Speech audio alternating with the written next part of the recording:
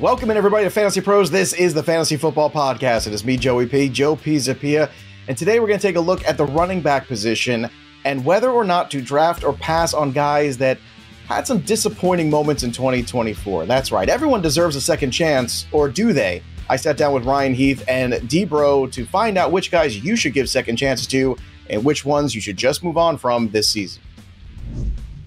The players we're going to talk about today are varying levels of whether they're coming off an injured season in 2023, a down season, maybe they're just in a new place.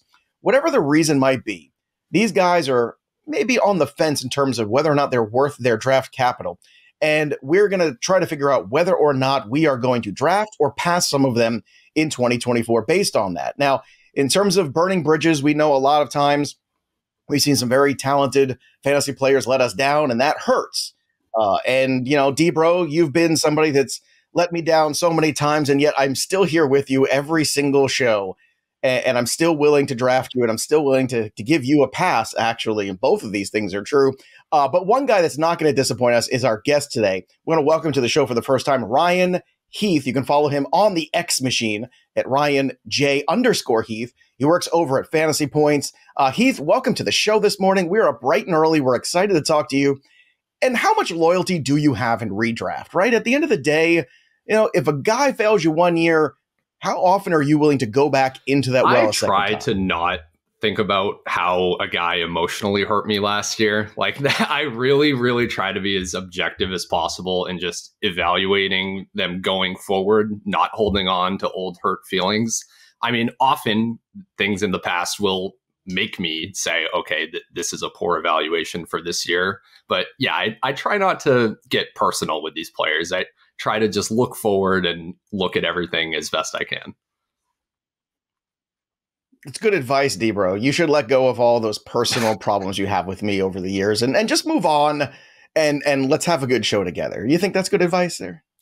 Some scars never heal, Joe. I'm glad I didn't drink on that. I was this close to drinking the coffee. Yeah, you're just sipping your tea right now, just enjoying every minute of it. No, some cuts are just too deep, man. Sometimes it gets to a level where you just don't know if you're going to recover. But I'm still here, and I'm excited to do this show with Heath. I mean, look, I know I've told Heath this in DMs and stuff, but I want to get this out there for the people. I'm excited to have him on the show. I think he's one of the true rising stars in this industry. So, yeah, Heath, no pressure. No pressure at all. No pressure. No pressure. All right. So let's go. Let's get the guys' opinions. Remember, you can go to FantasyPros.com for all the amazing ranks, expert consensus rankings, and, of course, the consensus ADPs all up there on these players we're going to talk about today. Let's start here at the running back position. We're going to play draft or pass.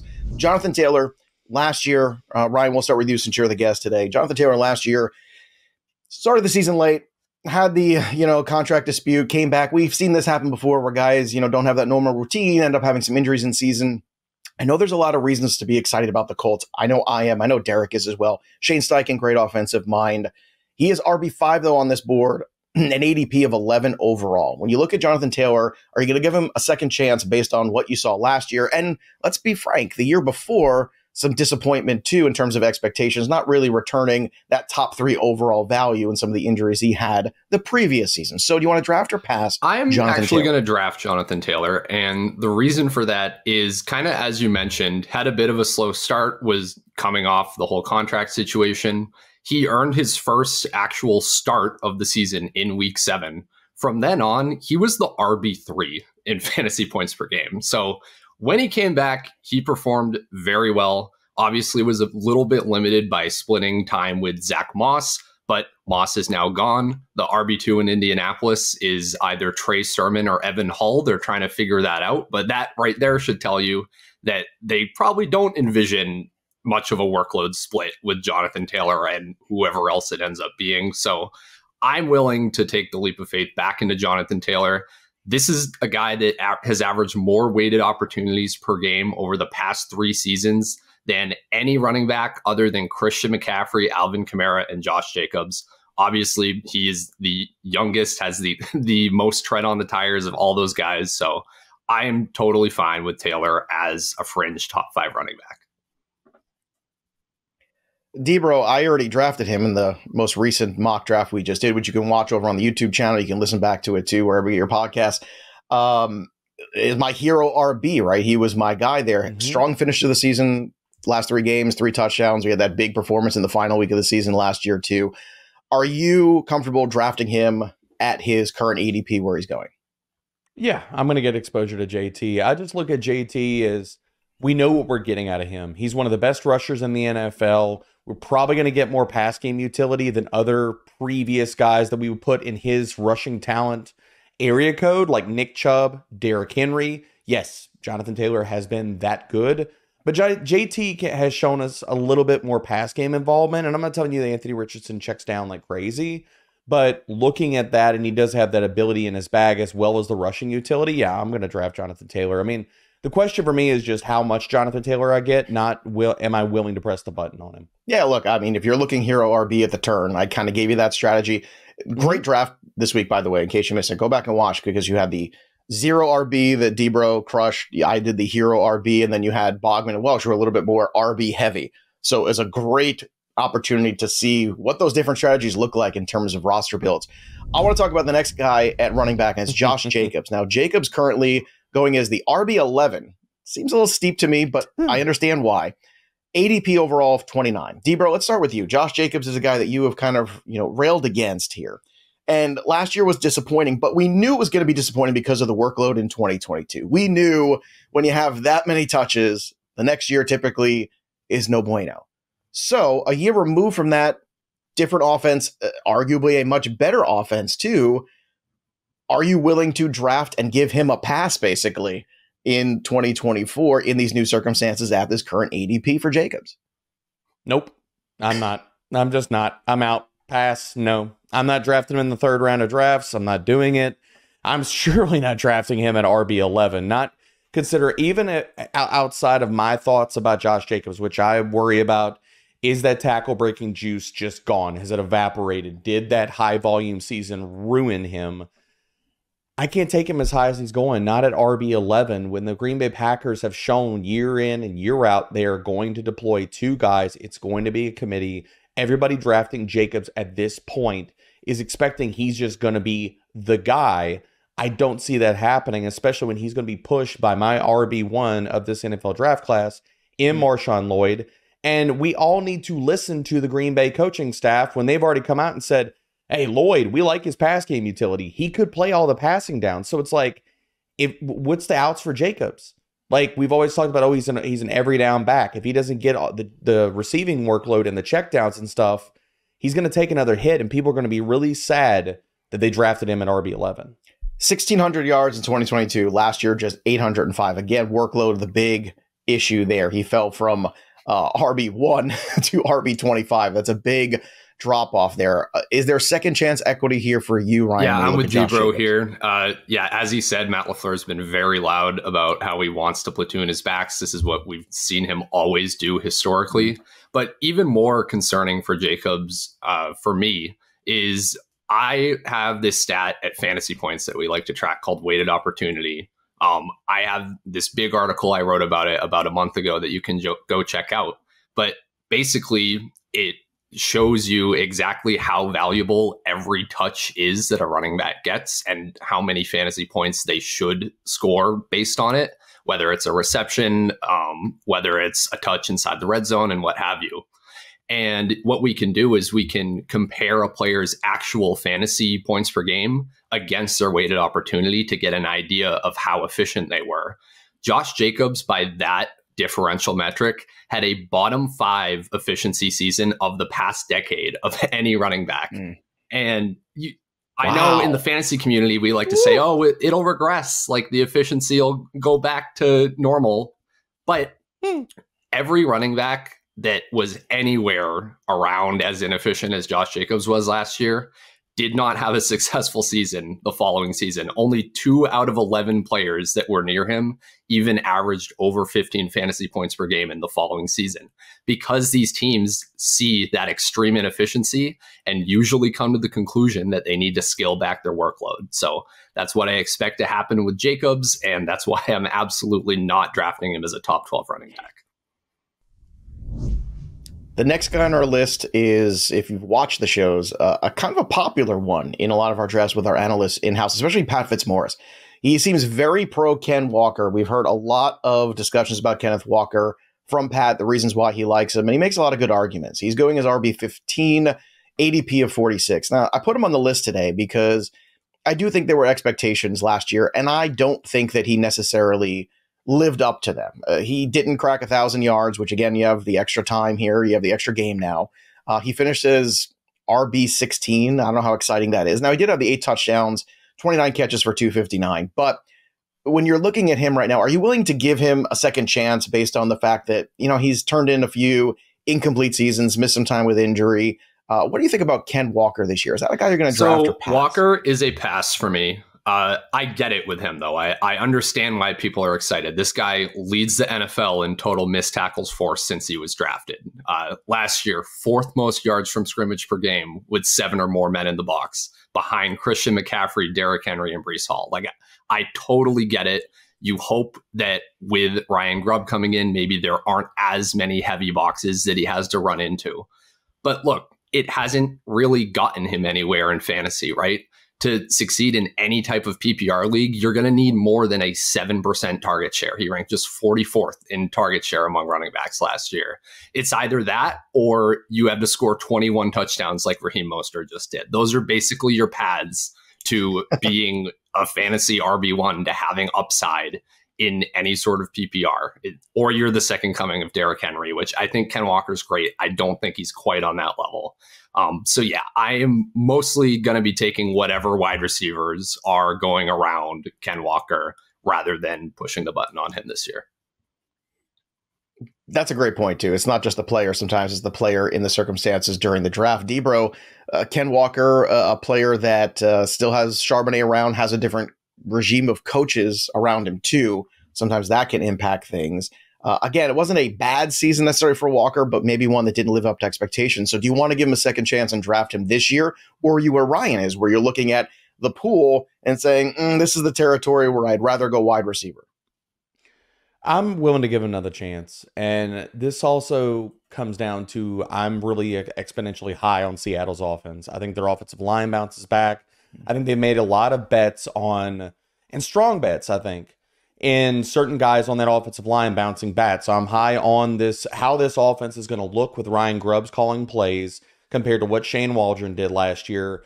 And I want to be invested in a running back that, look, I think we're drafting him not at his floor, because what we've seen is mid to low end RB2 production, but going as RB15, I think we're drafting him around that. And I think we still haven't seen like the upside and the ceiling for him. I mean, he talked about the tackle breaking metrics and things like that. The other thing I'll get in here is, yes, the target share didn't look good, but when Ken Walker got targets last year, he was also 12th in yards per route run. And I know some of that, small sample size, not a lot of targets, some of that can be a little bit wonky. I do think that shows his big playability, which does translate to the receiving game when you put him in space and big plays can happen. So I'm willing to draft him, especially on teams where I'm going wide receiver heavy early. You're telling me I can get a guy that I know has RB2 value, and that's kind of where we place him. But if Seattle's offense outpaces expectations this year, maybe we do get the RB1 season. I'm willing to press the button on Walker. A guy that I was pressing the button on last year because I thought it was that simple was Rhamondre Stevenson. 69 catches, 1,000 yards rushing in 2022, and things fell off dramatically last year.